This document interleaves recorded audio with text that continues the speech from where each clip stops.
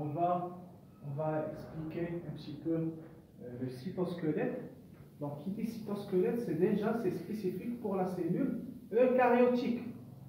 Donc, cellule eucaryotique. Chez les prokaryotiques, on ne peut pas parler d'un cytosquelette. Il y a d'autres structures qui vont assurer le rôle du cytosquelette. Donc, une cellule déjà eucaryotique, c'est une cellule qui a un patrimoine génétique normalement qui est déjà protégé au niveau, par exemple, d'un noyau. Okay. Au noyau, donc on va avoir une membrane nucléaire interne et externe. Okay.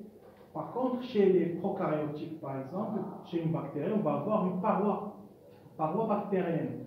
Donc c'est la paroi qui va assurer cette forme, ou bien cette forme tridimensionnelle de la cellule.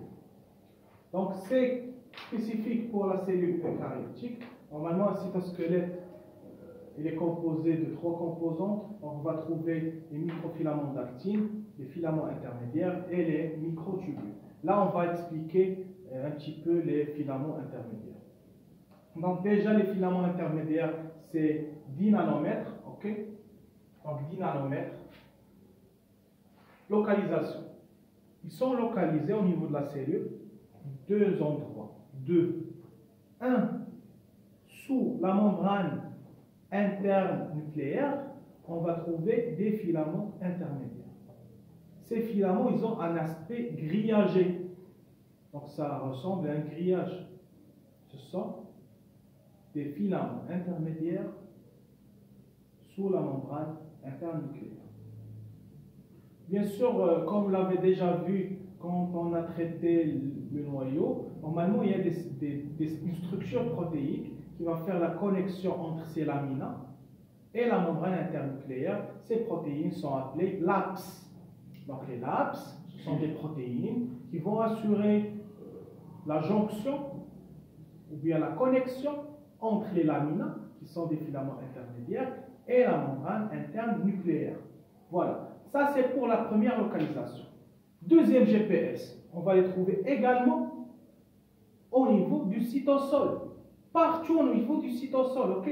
Donc, partout au niveau du cytosol, donc on va dire une phrase qui est très répandue, c'est le vrai cytosquelette de la cellule. Si on vous demande le vrai cytosquelette de la cellule, ce sont des filaments intermédiaires cytosoliques. Ok? On va ajouter que ces filaments intermédiaires cytosoliques sont stables. Ils sont stables, plus l'aspect c'est cordé. Donc une corde torsadée ou bien torsadée, donc c'est stable, contrairement aux filaments intermédiaires nucléaires qui sont grillagés et instables. Faites la différence entre des filaments intermédiaires nucléaires qui sont instables et des filaments intermédiaires cytosoliques qui sont stables. Vous allez me dire pourquoi des filaments intermédiaires au niveau de la membrane nucléaire sont instables. Tout simplement, c'est dû à la division cellulaire. On va voir ça quand on va traiter le TP. Okay? Donc, puisqu'il y aura des divisions, il y aura une multiplication, bien une réplication de l'ADN. Donc, normalement, la membrane nucléaire elle est détruite, donc elle est fragmentée. Donc, c'est normal, ces filaments ne sont pas maintenus. Donc, 2 différences entre les filaments intermédiaires nucléaires et les filaments intermédiaires cytosoliques. Les nucléaires, ils sont instables plus un aspect grillagé, et les cytosoliques sont stables avec un aspect corps torsal.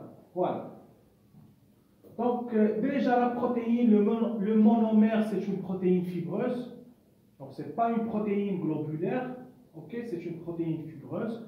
Donc, normalement, pour former un filament intermédiaire, on doit avoir 8 monomères. Okay? C'est un filament qui est non polarisé, il n'y a pas de polarité, donc il n'y a pas de pôle positif ou bien pôle négatif. Il n'y a pas de protéines associées, contrairement au microfilament d'actine. Donc on va le voir tout à l'heure. Donc on peut trouver par exemple des exemples, les neurofilaments, les cytokératines au niveau du tissu épithélial par exemple. Voilà. Donc, voilà, merci.